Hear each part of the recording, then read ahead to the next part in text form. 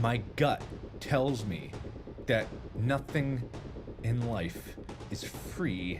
It's hardly surprising that so many people believe they're getting free value from a platform without ever questioning the wholesome benefits that its influencers bring. But how many have jolted awake to realize that all these free offerings are, in fact, the most sophisticated traps the platform has crafted? But there's some shady shit going on. I can't put my finger upon it. 6 years ago, Markiplier spoke out during a live stream, his eyes filled with skepticism, issuing his most heartfelt warning about a smart honey brand that nearly every major YouTuber was simultaneously promoting, except him. Join honey, join honey, Join honey. honey, honey, honey, honey, honey, honey, honey, honey, honey.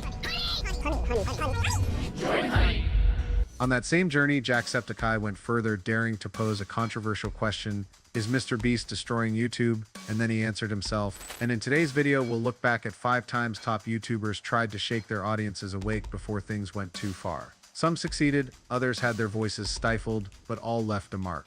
First up is Markiplier, the only one who dared to stand outside that PR whirlwind back then, spending a few minutes during a live stream unloading his frustration about a product that the entire creator community was promoting at the time. At that time, Honey was promoted as a free browser extension that helped users save money while shopping. However, Markiplier couldn't hide his skepticism. Where's all this money coming from? Where is Honey getting the money? Even while acknowledging that Honey might not have any issues, Mark still held firm to his cautious intuition. I don't trust Honey. I don't know what it is. Tech YouTuber Megalag was the first to dare expose the true nature of this extension, revealing the data it secretly collected and the suspicious connections behind the scenes. Only then did people realize, with a shock, Markiplier had been right, for a very long time. Oh hey, I just tried to use this discount, this 60% off coupon, and it doesn't work. I'd be like, dude, that is not your discount. Like, how did you get that? And they'd be like, oh, I just showed up through the Honey extension. Next up is Ray William Johnson, one of YouTube's early legends who found himself in a heated confrontation with Maker Studios, the most powerful multi-channel network at the time. Maker held contracts with numerous top YouTubers, controlling both content and revenue. But cracks began to form when Ray publicly criticized their management practices and opaque contract terms. Near future, Equals 3 will no longer be part of the Maker Studios network, so I'm gonna film here for a In while. October 2012, Ray became the first to dare break away from this system, marking a major turning point in the relationship between creators and the behind-the-scenes media companies. It wasn't just a shock to Maker Studios, it was a declaration of war against the YouTube management model of the era, as creators began to demand control over their own work. Even if I don't have the proper equipment at home, you know what? Even if I have to film butt naked in a back alley, you guys are getting an episode. Just 2 months after announcing his departure from Maker Studios, Ray William Johnson officially spoke out, publicly revealing the reasons behind his bold decision. According to Ray, Maker's contract terms were excessively controlling. They demanded 40% of his channel's AdSense revenue after deducting production costs. And even worse, they wanted to retain 50% of the intellectual property rights to his show in perpetuity. When Ray rejected these unreasonable conditions, Maker didn't hold back. They began applying pressure, even threatening to freeze the projects Ray was developing. This marked the beginning of a simmering battle that dragged on for months as Ray repeatedly exposed how Maker manipulated content creators behind the scenes. The next person to step into this battle was Jacksepticeye, who had previously issued a warning about Mr. Beast in a context no one expected. During a lie detector test session hosted by Tommy Innit, Jack was asked about his thoughts on YouTube, but his response caught everyone off guard. Not only did he address the state of the platform, he also called out Mr. Beast by name. When asked why he held such a view, Jacksepticeye didn't hold back. He bluntly stated that YouTube now seemed to be driven by goals of views, money, and fame, rather than joy and creativity. The remark came amid laughter, but crucially, the lie detector confirmed Jack was completely truthful. Within hours of the clip being posted, it quickly went viral across platforms, sparking a fierce wave of controversy. And of course, Mr. Beast couldn't stay silent. He posted a response on X, aiming to refute the implicit accusations in Jack's words. The online community's reaction was split. The majority sided with Mr. Beast, arguing he was only doing good and was misunderstood.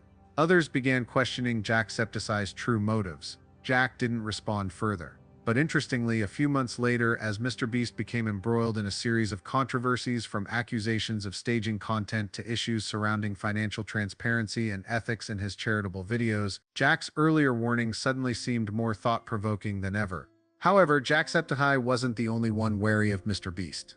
Chris Broad, a British content creator behind the channel Abroad in Japan, also publicly criticized Mr. Beast, What frustrated Chris wasn't Mr. Beast's charitable videos or his massive view counts, but rather his close relationship with Logan Paul, a highly controversial figure in the YouTube community. According to Chris, partnering with Logan, who had been embroiled in numerous ethical scandals, raised serious questions about the true values Mr. Beast was representing. Chris didn't stop at personal criticism. He emphasized that this was a serious warning, particularly crucial for future generations. According to him, when the platform's leading figures, whose influence far surpasses that of traditional television, lack a moral compass to guide the kid's blindness thing. Oh, yeah. Cured blindness, right? Yeah. He cured blindness. I know why I'm laughing at that. It's just the thumbnail. The thumbnail is so demonic. Here's the dilemma. their actions. The consequences extend beyond just one individual or video. We will lose, Chris said. His warning wasn't loud, but it left a profound echo, especially as more and more digital idols become role models that no one dares to question. Tana Mongeau was the next name to step into the eye of the public storm, but this time she faced ridicule after issuing a subtle yet pointed warning about Cody Ko. The drama began in 2024 during a live podcast that was abruptly canceled midstream, where Tana unexpectedly dropped a shocking statement in response to a bold question about her personal life. Never had sex with. Oh my God, did no one look at me, Cody Ko. I can say that. I was literally 17. I can say. What seemed like a casual remark instantly ignited controversy as fans picked up on its vague hints pointing toward Cody Ko, a YouTuber known for his sharp, satirical style, and as usual, social media didn't let it slide. Tana quickly became the target of mockery, with many accusing her of stirring up drama for attention. But what no one expected was that, a few months later, Cody Ko would indeed be embroiled in a scandal that made Tana's cryptic warnings suddenly far more thought-provoking than ever before. That confession immediately sparked an uproar on social media. Clips from the podcast spread like wildfire, and despite facing heavy criticism, Tana didn't back down from her statement. Instead, she fueled the flames further by reaffirming her story in another podcast episode. 17 is less than 18.